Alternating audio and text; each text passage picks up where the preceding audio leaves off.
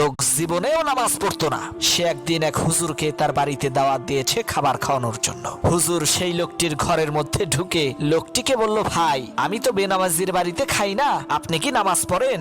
সেই লোকটি বলল, হ্যাঁ পড়ি তো। হুজুর বলল, ভাই বলেন তো ফজরের নামাজ কয় রাকাত?